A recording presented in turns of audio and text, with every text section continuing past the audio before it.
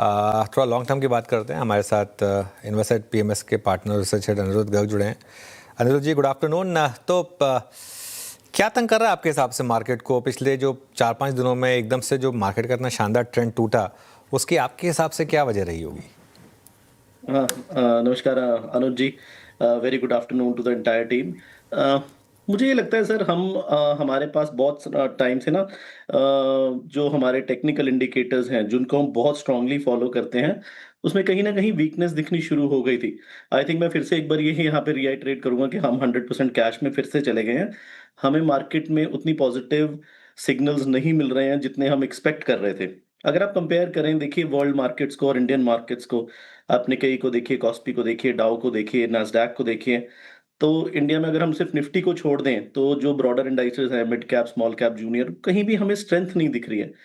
और एक सबसे बड़ी प्रॉब्लम अनुज जी जो इस बार दिख रही है, जो इंडियन मार्केट्स में बहुत ही कम दिखी है, जो मुझे वरी कर रही है, that is a lack of momentum in the Indian markets. Momentum मैं ये बिलीव करता हूँ एक लाइफ ब्लड है मार्केट्स का, किसी भी मार्केट का, नॉट इंडियन मार्केट का। और ये जब लूज हो जाता है तो कोई फंडामेंटल प्रॉब्लम, कुछ डीप करेक्शन के लिए एक जगह बन जाती है। तो थोड़ी सी प्रॉब्लम लग रही है इंडियन मार्केट्स में टेक्निकली। अनिरुद्ध जी, आप यकीन मानिए, मतलब आपका ये व्यू बिल्कुल उलट है ना। ऐसा लग रहा है सिक्के के दो पहलू। जो आपने लास्ट टाइम आउटलुक शेयर किया था, आप बहुत ऑप्टिमिस्टिक थे, अपसाइड की बातें कर रहे थे, बहुत स्ट्रॉन्ग कन्विक्शन के साथ। आपने टेक्निकली, अगर आप देखें, इसे डिफाइन किया कि that we are not able to identify the technical indicators, है ना। और क्या चीज़ है जो आपको परेशान कर रही है? क्योंकि नंबर्स इस बार बहुत स्ट्रॉन्ग रहे, पीएसयूज का मोमेंटम देखिए, एंड स्पेशली आप देखिए इस बार एचडीएफसी बैंक और आईसीआईसीआई बैंक, ये हमारे करियर के लिए उदाहरण है। एक nifty bank at all time high and SBI, और sorry, ICICI bank at level called -200 EMA। आप ये बैंकों के, प्राइवेट बैंकों के बड़े मूव्स को देख के कैसे रीड कर रहे हैं? क्या क्या है मिस यहाँ पर इस वक्त? सर, मुझे तो ये लगता है कि मार्केट थोड़ी सी ना डिफरेंट हो गई है। जो पहले लगता था कि ये मार्केट, कोई भी मार्केट एक चलते चलते मोमेंटम को फॉलो करती है।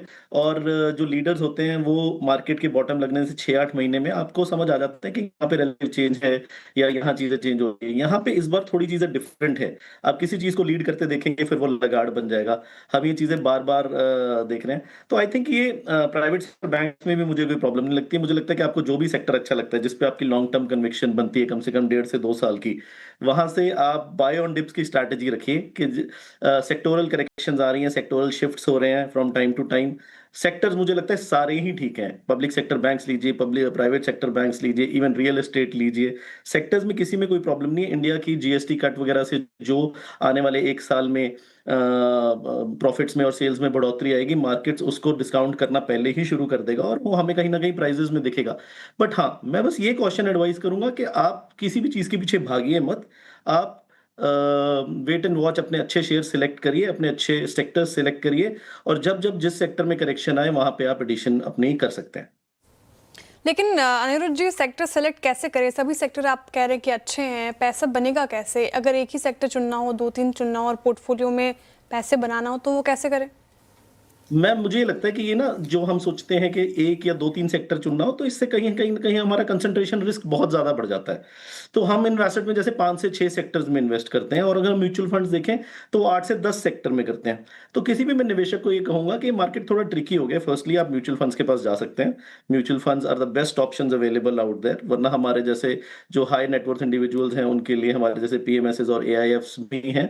लेकिन इस टाइम पे नॉर्मल इन्वेस्टर के लिए कुछ चूज करना थोड़ा सा मुश्किल हो जाएगा, क्योंकि मार्केट में साइकोलॉजिकली जो चीज अच्छी लगने लगती है वो, क्योंकि ये मार्केट सस्ता तो है नहीं जी, तो कहीं ना कहीं जो चीज अच्छी लगने लगेगी उसमें कहीं ना कहीं करेक्शन आने के चांसेस थोड़े नॉर्मल से ज्यादा हैं। तो ये थोड़ा सा वर्ड ऑफ कॉशन है मेरा। जैसे वीरू जी ने कहा, आई वाज टोटली ऑप्टिमिस्टिक। मुझे लग रहा था कि 26,300 का जो लेवल है वो रिक्लेम होना चाहिए, और मोटा मोटी हो ही गया है। लेकिन साथ में मेरी एक्सपेक्टेशन ये भी थी कि हमारे जो ब्रॉडर इंडाइसेस हैं, या जो हमारे खुद के बनाए हुए मोमेंटम इंडेक्सेस हैं, जो कि मार्केट की स्ट्रेंथ बताते हैं, वो भी एक लीडर की तरह परफॉर्म करेंगे, जो वो नहीं कर रहे। तो इस लैग की वजह से मुझे ऐसा लगता है कि थोड़ा सा मार्केट में कॉशन करें। और जैसे जब भी मार्केट में, ये कोई बियर मार्केट नहीं है, बिल्कुल भी नहीं लगता कि बियर मार्केट है। This is a totally a bull market. But हाँ, a word of caution on my end. Okay आज हीरो मोटोकॉर्प में बड़ी गिरावट है। आपने I am sure sales numbers देखे होंगे, इसलिए पूछ रहा हूँ क्योंकि सबसे ज़्यादा एक्सपेक्टेशन टू व्हीलर से थी, लेकिन ये नंबर देखने के बाद क्या कहीं कुछ डर लग रहा है कि वो जीएसटी कट का इम्पैक्ट कहीं बहुत ज़्यादा मार्केट ने आउटसाइज तो ना बना लिया हो? आपका क्या व्यू होगा इस स्टॉक पर और इस सेक्टर पर?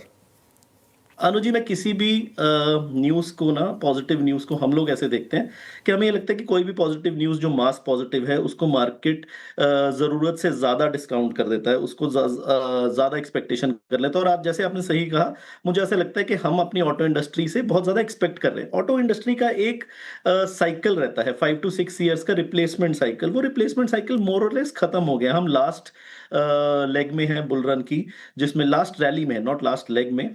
तो इस टाइम पीरियड पे ऑटोज का थोड़ा सा भारी हो जाता है। तो मुझे ऐसा लगता है कि हाँ, हीरो मोटोकॉर्प की जो ट्रांजिशन हो रही है ऑन ग्राउंड टुवर्ड्स इलेक्ट्रिक, और जो होंडा से इनको कंपटीशन है, वो कहीं ना कहीं, और स्पेशली टीवीएस मोटर्स से, being an investor into the physical world also, हमारी इन्वेस्टमेंट्स हैं डीलरशिप्स में, तो हमें ये समझ आता है कि ऑन ग्राउंड सिचुएशन उतनी अच्छी नहीं है जितनी स्टॉक मार्केट डिस्काउंट कर रही थी। हाँ, आने वाले 1 साल में रहेगी, एक्सपेक्टेशन तो है, कंपनीज बुलिश है, बट ओवरऑल जो रिप्लेसमेंट साइकिल है, जो इन्वेंट्री बिल्डअप है, वो थोड़ा सा कहीं ना कहीं तंग कर रहा है।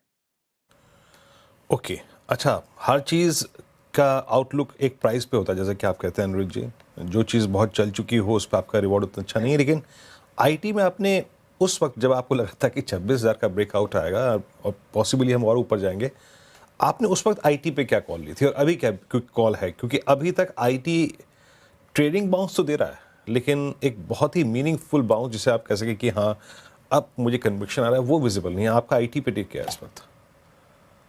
वीरू जी, मुझे ऐसा लगता है कि थोड़ी और करेक्शन आएगी तो आईटी एक बहुत ही वैल्यू जोन में आ जाएगा। जितनी भी बैड न्यूज़ थी वो डिस्काउंट ऑलमोस्ट आईटी में हो चुकी हैं, और ये स्ट्रॉन्ग कंपनीज हैं। The only thing missing is के जो इनके लिए सबसे बड़ा रिलेटिव चेंज आया, आर्टिफिशियल इंटेलिजेंस में ये सर्विस करते रह गए, और इन्होंने जो इन्वेस्टमेंट करनी थी, जैसे हम यूएस कंपनीज में देखें, आप यूएस में देखिए आईटी में क्या शानदार, आर्टिफिशियल इंटेलिजेंस में क्या शानदार बुल रन चल रहा है। हमें मतलब वो एक्सपेक्टेशंस या वो चीजें, हमेशा इंडिया साथ में चलता था और लीडर ही रहता था इंडिया वर्ल्ड का, बिकॉज हमारे पास, जैसे हम बोलते हैं, एक बहुत ही मल्टी फेसेटेड मार्केट रहता था। पर एआई में हम लोग बहुत पीछे रह गए, और कहीं ना कहीं उस चीज का जो बर्न है वो आईटी इंडस्ट्री को देना पड़ रहा है। ये जो ट्रम्प वाले टैरिफ्स वगैरह वाली बातें, मुझे नहीं लगता कि ग्रोथ को कोई भी रोक सकता है, और ultimately things will settle down. ये कहीं ना कहीं कॉम्प्रोमाइज होके चल जाएगा। और आईटी क्योंकि एक ऐसी चीज है जो इलेक्ट्रॉनिकली चलती है, तो आईटी इंडस्ट्री का जो वैल्यूएशन जोन है, वो मुझे ऐसा लगता है यहाँ से अच्छा है। क्या हमारी पोजीशंस हैं आईटी में? नहीं, क्योंकि हम अभी हैं कैश में। बट हाँ, अगर और वैल्यू जोन में आईटी जाता है तो हाँ, हम इसमें बाय उसमें जरूर आएंगे। कहीं ना कहीं मुझे ऐसा लगता है कि ऑटोज और आईटी बिल्कुल विपरीत हैं। ऑटोज में कुछ ज्यादा डिस्काउंट पॉजिटिव न्यूज हो गई है, और आईटी में कुछ ज्यादा डिस्काउंट नेगेटिव न्यूज हो गई है। ओके, तो आईटी में और गिरावट की आशंका जता रहे हैं आप। वैसे अनिरुद्ध जी, क्या ज्वेलरी स्टॉक्स में पैसे बनेंगे? टाइटन के नंबर आए, और अगर आप देखिए ज्वेलरी सेगमेंट ने अच्छा परफॉर्म किया, कल्याण ज्वेलर्स भी चल रहा है, तो ऐसे मूड मॉल में ज्वेलरी स्टॉक्स पर बेट लगाना चाहिए क्या, या फिर आपने एक्सपोजर बढ़ाया या फिर लिया है हाल फिलहाल में? मैम, अभी तो हमारे पास कुछ नहीं है, पर ज्वेलरी स्टॉक्स ओवरऑल अगर हम बोलें तो हमें तो ज्वेलरी स्टॉक्स में एक ही स्टॉक समझ आता है, वो है टाइटन, जिसकी मैनेजमेंट पे हम 100% रिलाय कर सकते हैं। बिकॉज इस बिजनेस में बहुत ज़्यादा जिसको बोलते हैं हम लीकेजेस की प्रॉब्लम्स रहती हैं। तो हमारे पास शुरू से, अगर जब भी हमने बेट लिए, वो टाइटन पे ही लिए। हाँ, क्योंकि हमें ये लग रहा है कि ये रन इंडिया का क्वालिटी की तरफ शिफ्ट हो रहा है due to the lack of momentum. तब आप ग्रोथ की जगह आप क्वालिटी पे देखते हैं, तो हाँ, उसमें टाइटन एक बहुत अच्छा कंपोनेंट बन जाता है। तो yes, of course, when we build our portfolio, Titan will be one of our top considerations, but right now we do not have any position. Okay Aniruddh ji, बहुत बहुत शुक्रिया, आप इस बातचीत में आज शामिल हुए और सभी सेक्टर्स पर अपने अपने व्यू को आपने मंच पर शेयर किया। बहुत बहुत शुक्रिया।